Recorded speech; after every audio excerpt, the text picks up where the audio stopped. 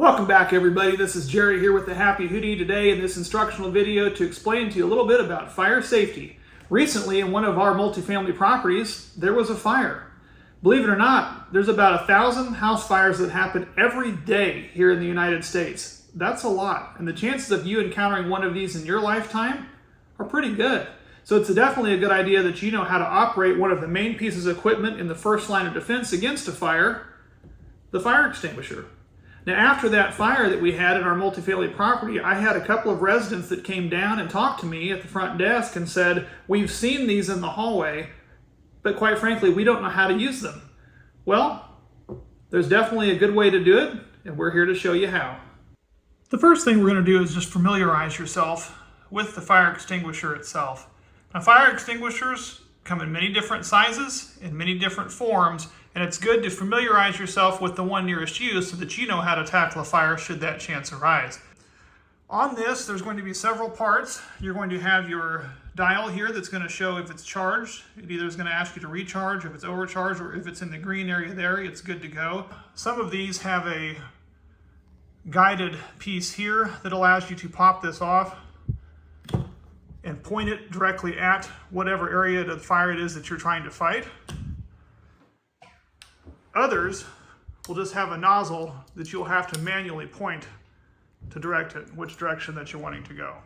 Now, there's also a pin on the side of this.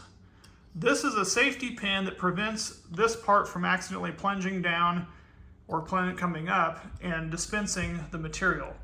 So before you actually fight a fire, you will have to pull this safety pin out.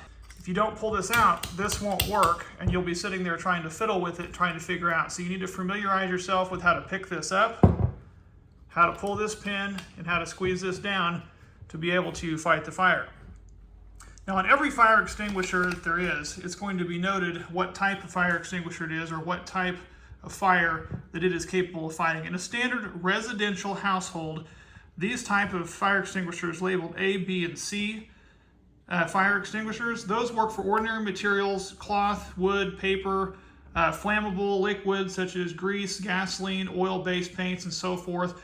And the C is for like electrical equipment, appliances, power tools, things like that. So this covers a variety of things that are going to be in a household setting. If you're going to be using one for a commercial setting, you're going to want to find one with a D rating or a K rating, which basically covers flammable metals like magnesium, aluminum.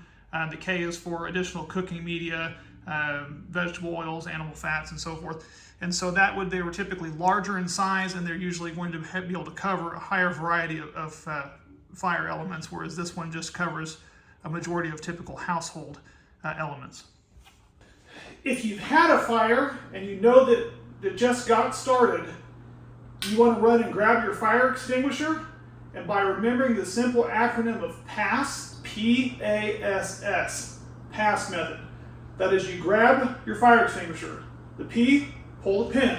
So you're going to pull the pin out. Give it a good quick tug. Make sure that it comes out in one foul swoop. The A, aim at the base. You're going to aim at the base of the fire. You're not going to be too close, but you don't want to be too far away, usually within a couple of meters of the fire. The S, you're going to squeeze. That's going to start dispensing the apparatus out of the end of the fire extinguisher. And you're going to, last S is sweep. You're going to sweep side to side, aiming at the base of that fire. And it's going to put a fire out or at least knock it back. Now, if you've got two people that are there with you, one person needs to be calling 911. The second person needs to grab one of these and start trying to tackle the fire if you feel that you can safely do so. Fires double in size about every 60 seconds. So if you don't feel that you can knock that small fire out within about 60 seconds, it's going to double in size, and chances are it's going to be past the point that this is going to do much good. If that is the case, or you're concerned at all, when in doubt, get out. Now that you know what to do in case there is a fire by following that PASS method, if you feel it's appropriate to do so, let's go outside and we'll fire one of these off so you can see what will happen when you do. It is going to get messy, but hey, it's better than the alternative. Using the PASS method, again, we're going to pull our pin, make sure that it's out.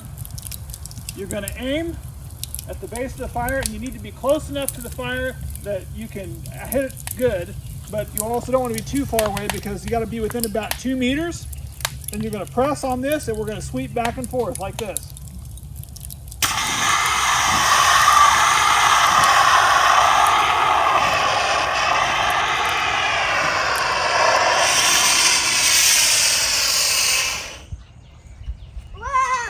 Now, as you can see, it's going to make a mess, but if this actually puts out the fire, it's way better than the actual burning that could occur. Thanks again for stopping by with us today. Again, I'm Jerry with the Happy Hoodie and hope that you've learned a little something today and will feel a little more comfortable next time that you have to face a fire.